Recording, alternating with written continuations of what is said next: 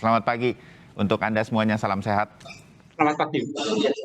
Ya, saya ke Mas Dedi dulu untuk Litbang Kompas. Mas, saya agak fokus sedikit ke tantangan yang dihadapkan kepada Panglima TNI. Ada dua hal yang begitu muncul begitu ya, yang selain penanggulangan pandemi ini menjaga kedaulatan dan pertahanan 36,1% dari survei Litbang Kompas, dan juga ancaman keutuhan persatuan bangsa 33,5%. Ancaman keutuhan persatuan bangsa dari kelompok bersenjata. Di titik ini surveinya Litbang Kompas ini memang menghadirkan apa itu namanya? Pertanyaannya memang sudah diarahkan begitu ya untuk kemudian dijawab oleh responden, atau memang ini muncul sendiri dari para responden? Boleh tahu Mas Dedi? Baik, terima kasih Mas Bayu. Selamat pagi Bang Stan dan Pak Saifullah. Ya. Jadi kita melakukan jejak pendapat Mas Bayu pada akhir September lalu. Ini tujuannya untuk memotret secara periodik. Jadi hampir setiap tahun kita melakukan penjaringan pendapat dari masyarakat terkait dengan Nah, untuk akhir September lalu kita melakukan di 34 provinsi dan mencoba menangkap kira-kira apa tantangan dan harapan publik pada TNI ke depannya, termasuk pada pemilihan jenderal TNI yang Panglima TNI yang baru seperti itu. Yeah. Nah, terkait jawabannya memang ini pertanyaan semi terbuka. Jadi ada beberapa pilihan yang telah kami sediakan dan juga ada beberapa pilihan jawaban yang langsung dijawab oleh responden seperti itu. Jadi memang memunculkan dua jawaban, ada tiga sebetulnya. Pertama adalah kedaulatan maritim, kedua gangguan kelompok bersenjata, dan ketiga adalah perang cyber gitu. Oke. Tidak ada yang mengejutkan Mas Dedi dari apa yang kemudian muncul di sini, tetapi ini dua-duanya tampaknya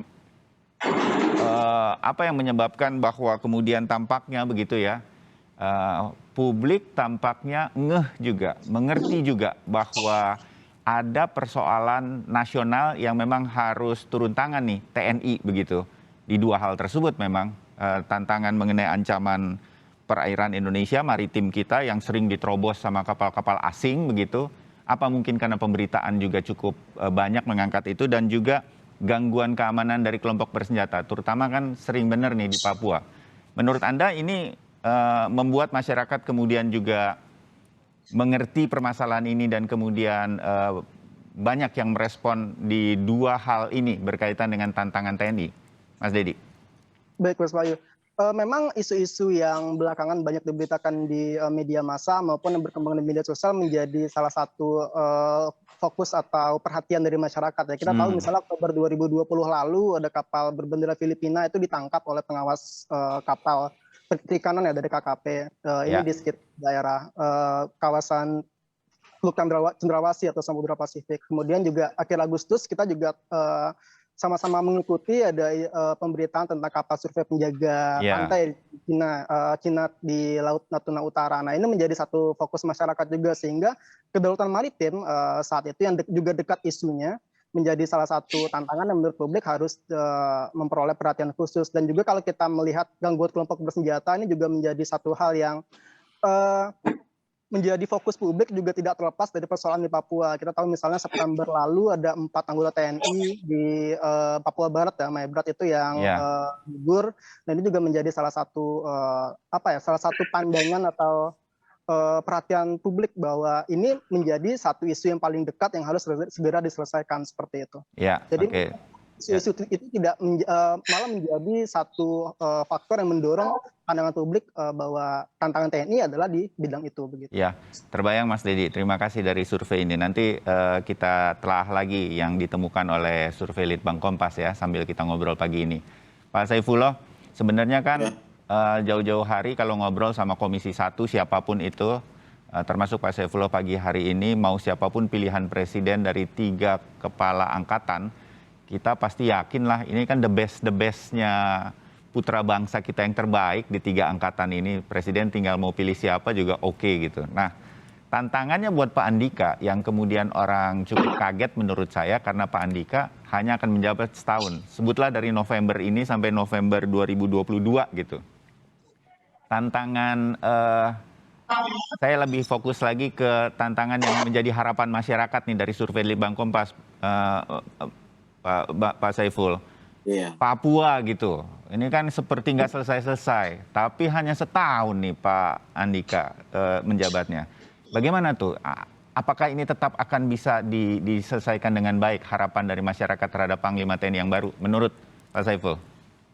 Ya, memang posisi Indonesia sebagai negara kepulauan Ya, dan letak Indonesia itu memang di antara dua samudra, Samudra Hindia dan Pasifik, itu menjadi rawan sekali di keamanan laut ya. iya, Ya, jadi kemudian masalah Papua yang sangat krusial yang menjadi isu-isu ya internasional itu memang menjadi tugas dan beban berat bagi TNI. Saya pikir walaupun jabatan Pak Andika ini tinggal 1 tahun, jika Ya. Presiden memperpanjangnya, maka saya pikir dia sudah on the track untuk menjadi Panglima TNI karena selama ini beliau terlibat aktif dalam rapat kerja dengan satu yang menghadirkan semua kepala staf angkatan, baik angkatan udara, laut, maupun angkatan darat, kemudian Panglima TNI, kemudian Menteri Pertahanan. ya, Itu yang kedua, mungkin yang sisa jabatan 1 tahun itu perlu melakukan konektivitas teknologi informasi tempur, misalnya F-16 dengan Su-35, kemudian kapal perang yang ada di laut, sehingga masing-masing saling mengenali. Nah, saat ini kan jujur saja bahwa konektivitas jaringan komunikasi antara pesawat tempur dengan jenis pesawat tempur yang lain, ya, serta perang itu tidak terkoneksi dengan baik. Sehingga yang di laut juga tidak mengerti pesawat tempur yang di atas itu pesawat tempur milik siapa, ya, apakah musuh ataukah punya negara kesatuan Republik Indonesia. Nah, isu-isu Papua ini sangat sensitif. Bagaimana Pak Andika bisa dengan segera membenahi Papua dengan tetap melaksanakan operasi militer untuk mereka-mereka yang melakukan tindakan terorisme di Papua atau separatisme di Papua, ya, dan kemudian tetap dalam kaedah-kaedah penegakan hak asasi manusia yang baik. Ini merupakan isu yang sangat sentral bagi dunia tentang Papua menyangkut hak asasi manusia. ya, dimengerti memang ini isu-isu yang sangat krusial begitu ya. Bang Stan, kalau Anda melihat nih ya, kalau kita nih gitu, umpamanya jadi Pak Andika, jadi Jenderal Andika setahun, mana dulu yang kita kerjakan, yang kemudian menjadikan kan kita harus harus kelihatan juga dong berhasil melakukan sesuatu dibanding melakukan semua gitu malah nggak nyampe juga. Prioritasnya mana dalam 1 tahun yang harus kita lakukan menurut Anda? Ada hal yang penting juga nih dari survei Litbang Kompas. Menurut survei ini masyarakat juga berharap TNI itu bisa meningkatkan kesejahteraan prajurit. Ini masalah klasik nih sebenarnya, tapi itu juga nggak bisa enggak gitu. Harapan ada di pundaknya Pak Andika Perkasa. Tapi anyway, mana yang lebih dulu yang harus dilakukan? 1 tahun nggak panjang soalnya. Begitu kan Bang Stan? Ya, menurut saya yang paling penting dilakukan adalah skala prioritasnya mana yang menjadi ancaman serius bagi masyarakat, mana yang menjadi ancaman serius bagi negara. Kalau melihat sekarang, ancaman yang serius dan nyata itu saya kira masalah terorisme di Papua, separatisme. Jadi itu harus menjadi prioritas utama. Kalau masalah kesejahteraan kan itu tidak hanya Pak Andika, mungkin pemerintah pusat juga terlibat di situ. Tapi masalah Papua ini sudah banyak masyarakat menjadi korban. Dan pendekatan di sana itu tidak bisa hanya pendekatan militer, pendekatan perang. Makanya di sana ada pendekatan teritorial, pendekatan intelijen, dan itulah TNI bisa berperan besar di situ. Jadi saya kira dalam Pak Andika dalam 1 tahun ini akan lebih baik jika menyelesaikan masalah-masalah yang sudah menjadi ancaman nyata, yang menjadi gangguan nyata seperti di Papua, separatisme, Aceh sekarang juga mulai ada celah-celah yang dimanfaatkan oleh kelompok-kelompok tertentu. Lalu penanganan pandemi tentu ya di TNI perannya sangat besar itu dilanjutkan. Jadi mana yang menjadi ancaman masyarakat itu yang harus disentuh terlebih dulu. Oke, terbayang Bang Stan. kalau kemudian saya balik dulu ke Mas Dedi. Mas Dedi, apakah nanti survei Litbang Kompas juga akan membantu begitu ya untuk lebih memfokuskan dalam 1 tahun ini, apakah akan ada survei-survei lanjutan? Saya cuma kepikiran aja.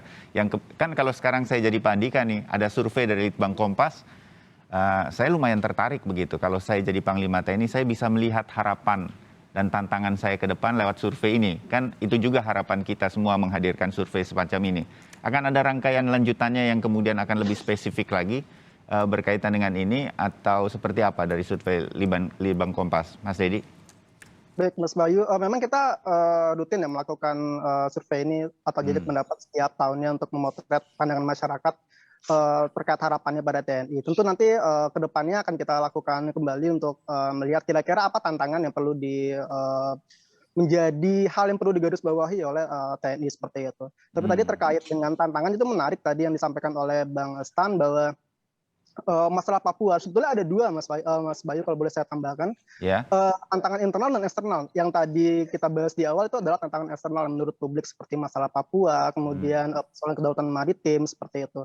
Dan kemudian juga ada tantangan internal. Nah, ini tentu harus sejalan dilakukan, seperti kesejahteraan prajurit, kemudian kedisiplinan, seperti itu. Nah, ini 2 hal yang saat ini terpotret, dan nanti tentu kita akan coba melihat bagaimana ke depannya pandangan masyarakat seperti itu. Karena untuk menyelesaikan sebuah masalah, sebutlah Papua atau situasi maritim kita yang sering diterobos, kita butuh prajurit kita dalam kondisi paling prima, yaitu kesejahteraannya dan lain-lain juga harus. Jadi kayak dua-duanya harus berjalan bersamaan, kira-kira begitu ya menurut Anda, Mas Dedi?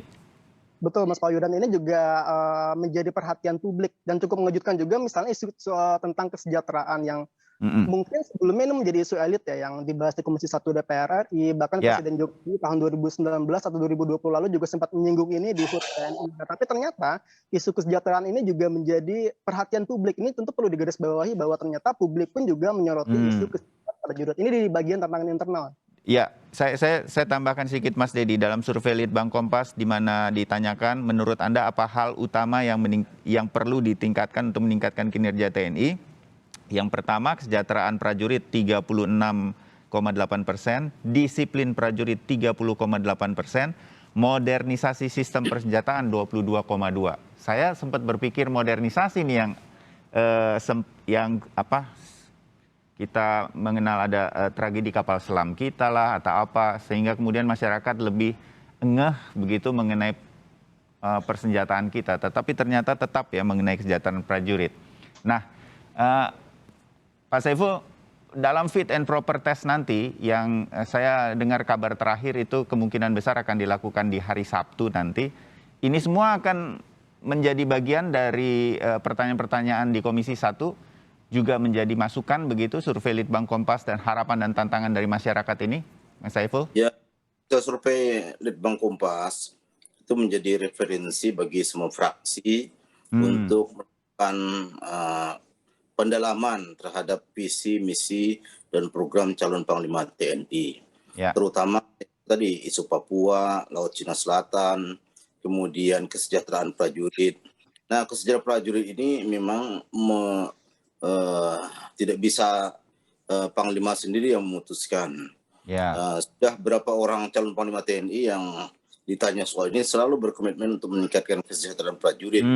Yaitu sejak Pak Muldoko, kemudian Gatot Nurmantio, kemudian Hadi Cahyanto, dan terakhir ini Pak Andika. Mudah-mudahan Pak Andika bisa luwes segitu dengan semua kementerian dan lembaga, termasuk paparan yang cukup memadai untuk meyakinkan Menteri Keuangan untuk bisa meningkatkan belanja pegawai atau belanja prajurit.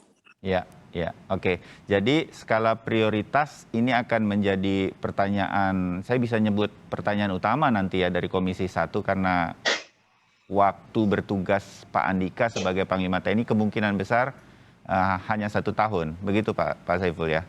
Ya, saya yakin juga hasil survei Litbang Kompas ini juga menjadi rujukan bagi Jenderal TNI Andika Perkasa untuk menyampaikan paparannya di hadapan Komisi 1 besok hari. Tambah kita Dan- udah ngobrol pagi ini, jadi bocoran-bocorannya buat Pak Andika kalau dengerin pagi ini sambil sarapan, kira-kira inilah pertanyaan-pertanyaannya ya.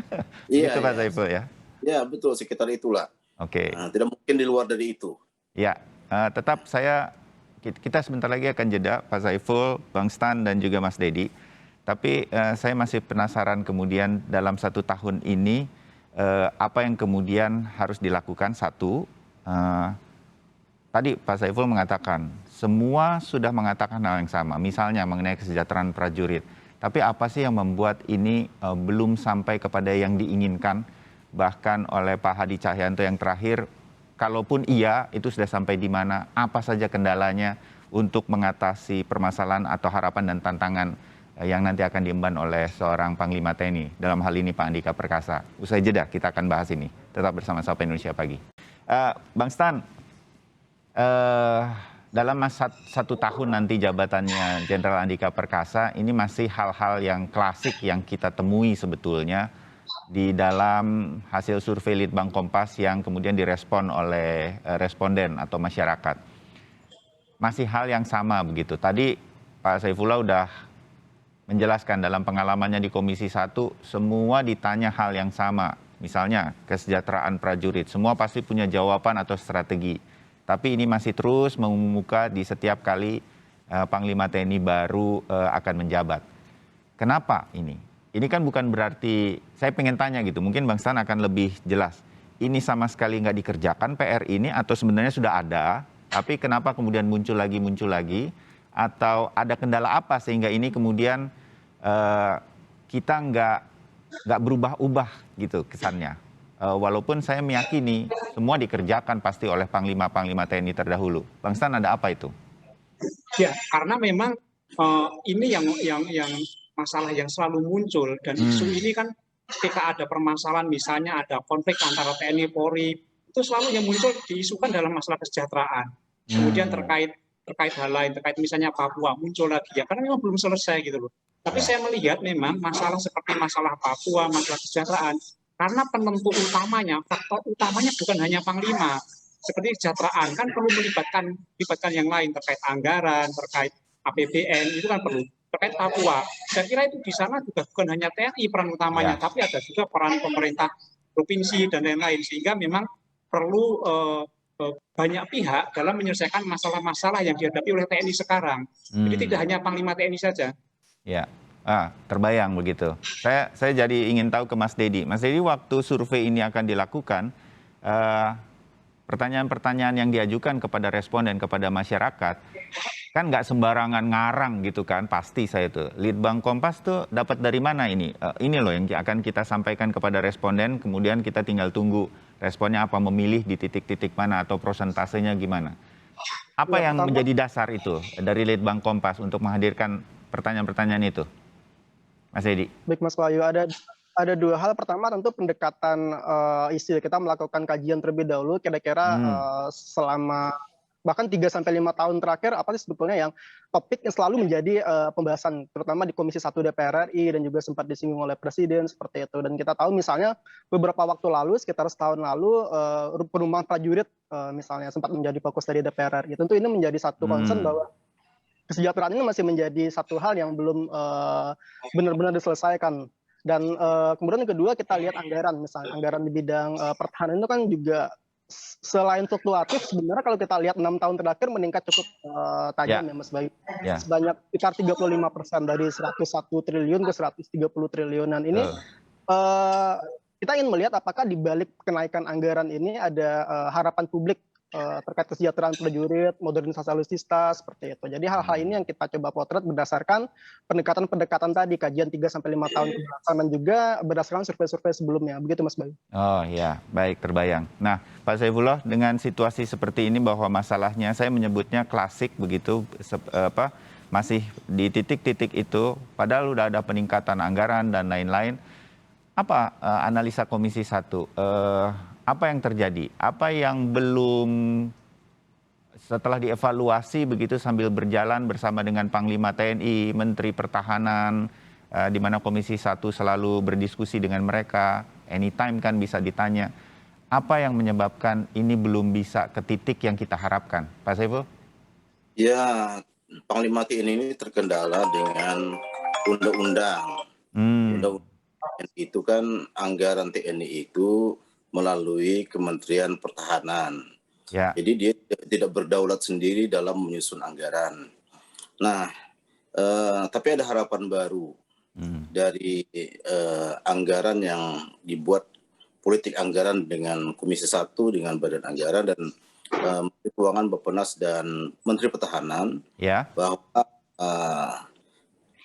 anggaran TNI untuk tahun 2022 itu tetap 133 triliun.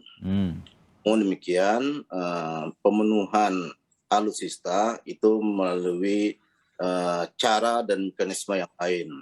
Misalnya impor sebesar 59 miliar US dollar per tahun. Dan itu angka yang cukup besar, sekitar 500 triliun setiap tahun. Nah, itu merupakan salah satu solusi. Kemudian juga investasi di bidang pertahanan. Jadi investasi yang masuk ke Indonesia.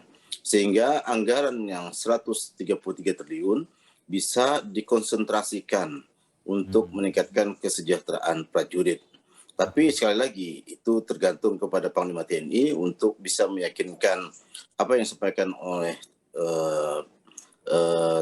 sudah tadi, bahwa tidak hanya urusan dengan Menteri Pertahanan, tapi ini kan menyangkut banyak lembaga dan kementerian yang terlibat urusan kesejahteraan. Ya, terbayang Pak Saiful. Nah, Bang Stan, dalam benak saya jadi begini, ini simpel aja ya gitu, sebagai orang luar mendengar kita berdiskusi begitu dan mengetahui sedikit lagi dari dapat wawasan lagi dari ngobrol dengan Pak Saiful terutama. Nah, 1 tahun kan bukan masa yang sebentar gitu. Nah, kalau saya jadi presiden, Bang Stan, mungkin 1 tahun nggak bisa selesai 1-2 hal begitu. Yang simpel deh, kesejahteraan dinaikkan dan kemudian Papua diselesaikan misalnya. Ini dulu, kalau dalam 1 tahun ini bisa jalan, itu akan bagus. Tapi itu pun akan susah nih dalam 1 tahun. Menurut Anda, keputusan Presiden mengambil Pak Andika yang hanya akan menjawab setahun, kenapa nggak dengan Kepala Staf Matra TNI yang lain yang mungkin lebih panjang? Nggak panjang-panjang juga sih, ada 2 tahun gitu, misalnya Pak Yudo begitu. Ini bukan membandingkan sih, tetapi apa yang membuat alasan ini? Ini kalau kita dari tadi objektif dengan apa yang disampaikan survei Litbang Kompas, tantangan dan harapannya nggak gampang, tapi kenapa memilih yang kira-kira dalam 1 tahun akan selesai? Dalam hemat saya, nggak selesai juga itu masalah kan gitu. Tapi apa yang bisa dihadirkan dalam 1 tahun ini? Ya, Bang Stan. soal program kerja TNI kan tidak hanya program kerja yang Panglima ganti terus nanti ganti ya, itu kan bisa jangka panjang. Seperti sudah ada perencanaan. Sudah ada blueprint-nya begitu ya? Ya, sudah ada doktrinnya. Jadi memperbaiki program yang sudah ada, meletakkan landasan itu penting kemudian. Tapi saya melihat memang ada waktu yang penting di masa kepemimpinan Pak Andika, itu adalah saya kira konsolidasi di TNI. Konsolidasi di TNI, kita teringat peristiwa 2019 di saat kepemimpinan Panglima Pak Gatot Nurmantio, kelihatannya ada sesuatu di situ yang mungkin menjadi perhatian publik. Saya kira konsolidasi TNI sangat penting, terutama memastikan bahwa TNI itu profesional dan netral menghadapi tahun 2024. Nah, kepemimpinan Pak Andika, saya lihat jika nanti menjadi Panglima, ini diharapkan sangat penting di situ, mampu menghadirkan TNI yang profesional dan netral, terutama ke 2024. Karena TNI AD bagaimanapun juga, itu kan yang komposisinya paling banyak. Komposisinya paling banyak, kemudian disusul TNI AL dan AU. Tetapi yang paling penting lagi adalah TNI solid di bawah satu kepemimpinan dan netral, profesional. Ini penting. Dan masa 1 tahun memang harus mau nggak mau harus dijalanin itu loh. Tapi kan bukan berarti 1 tahun habis terus tidak dilanjutkan, tidak itu loh. Pasti akan ada penggantinya, ada kaderisasi, dan presiden kan bisa melakukan perintah untuk melakukan apa. Jadi saya kira tidak masalah dengan masa kerja yang 1 tahun. Oke, terbayang saya kenapa kemudian ini kalau saya di posisi Pak Jokowi begitu sebagai presiden, mungkin pertimbangan-pertimbangan seperti Bang Stan inilah yang kemudian Presiden kemudian memilih Pak Andika Perkasa. Pak Saiful, Anda setuju? Ini profesionalisme yang saya bilang tingkat tinggi nih yang harus dijalankan dalam 1 tahun oleh Pak Jenderal Andika. Walaupun kemarin pemilihannya alot kan. Alot di sini juga ya kita nggak bisa enggak. Kita pasti merasakan juga bagaimana ada, saya pakai tanda petik nih ya, kampanye dari anggota Matra TNI Angkatan Laut, Angkatan Udara, Angkatan Darat, pasti ada campaign lah begitu. Nah ini nanti akan menjadi solid lagi. Dalam 1 tahun ini jadi tugasnya Pak Andika. Menurut Anda ini bisa profesional lagi menjelang 2024, Pak Saiful? Ya memang saya melihat bahwa Pak Andika ini kan jalan tengah saja. Ya ke jenderal senior di antara para kepala staf, dan tentu setiap prajurit TNI itu kan pengen jadi Panglima TNI. Setuju. Nah kemudian kalau saya juga agak terkejut kok Pak Andika yang disuruhkan oleh Presiden. Sebab setahu saya pada pemilu 2019 yang lalu ketika beliau menjadi Kasat itu sangat netral dalam pemilihan umum. Berani seorang Kepala Staf Angkatan Darat Pak Andika ini membuat keputusan untuk melarang TNI berada di TPS dan memberi jarak 50 meter dari TPS. Yang berada di sekitar situ hanya pengawas pemilu, kemudian KPU, KPPS, dan polisi. Dan Pak Andika membuat terobosan yang berani. Padahal itu kan menyangkut pemilihan, tidak hanya pemilihan legislatif, tapi juga pemilihan presiden. Jadi saya pikir Presiden sudah cukup objektif melihat ke netralnya Jenderal Andika ini dalam pemilu 2019 dan 2024 kita harapkan TNI tetap dalam posisi netral, tidak menjadi partisan politik dalam kancah pemilihan umum. Oke, nah inilah yang mungkin bisa kita harapkan sebagai masyarakat selama 1 tahun ke depan nanti. Baik, Pak Saiful, saya terbatas waktu, Bang Stan juga, Mas Dedi juga, saya terima kasih sudah kita ngobrol pagi ini, Mas Dedi, untuk memperdalam tadi apa yang kemudian dihasilkan dari survei Litbang Kompas, yang pasti akan menjadi acuan nih dalam, jadinya besok atau hari ini, Bang Saiful, fit and propernya? Besok jam 10. Besok jam 10. Ya, nah, semi terbuka. Oke, dan terbuka. Dan kemudian kalau begitu... Semi terbuka gitu. Oh, baik. Dan kalau ini kemudian berjalan mulus, itu kapan dilantik biasanya? Berdasarkan keputusan Badan Musyawarah dan Pimpinan DPR, hasil fit and proper test pada hari sudah dibawa ke pada Senin jam. Oke, hari Senin. Jadi, kalau misalnya Presiden ingin melantik Jenderal Andika menjadi Panglima TNI, sore hari sudah bisa dilakukan. Oke, terbayang. Hari Senin sore mungkin saja kalau Presiden ingin cepat dilakukan, sudah bisa dilakukan. Karena Senin paginya hasilnya sudah akan disampaikan. Ada kemungkinan besar Pak Andika ini akan mengemban Panglima TNI. Kita nggak bisa lain. Kita pasti mendukung, mendoakan Pak Andika yang terbaik untuk memimpin TNI di tugas-tugas yang tidak mudah. Dan beberapa hal tadi sudah kita bahas menjadi harapan masyarakat apa yang harus diselesaikan oleh seorang Panglima TNI. Pak Saiful, terima kasih. Semoga lancar fit and propernya. Mas Dedi, terima kasih. Bang Stan, terima kasih wawasannya pagi ini. Kita ketemu lagi di diskusi yang lain. Selamat pagi, salam sehat.